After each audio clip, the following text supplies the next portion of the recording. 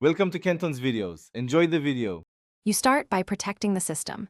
Back up the registry now so you can restore if anything goes wrong.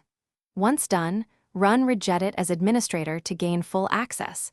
This is required to remove leftover keys. Now navigate to HKey local machine and HKey current user, where most uninstall traces live. Use the app name or publisher as search terms.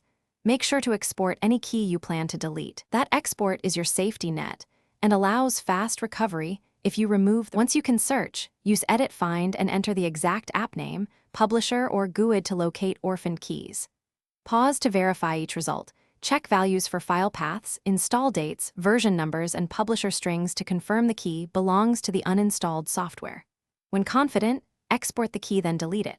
Repeat find to catch related keys under Software, Uninstall, and Classes. Make sure to avoid removing shared system entries. When in doubt, keep the export and skip deletion. Finish by checking common reference locations. Software /Microsoft /Windows /current version /uninstall, run keys, and file X for leftover associations. Export, then remove orphan entries.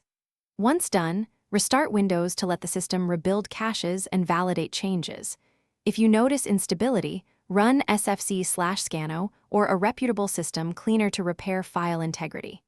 If things go wrong, immediately restore the exported reg file.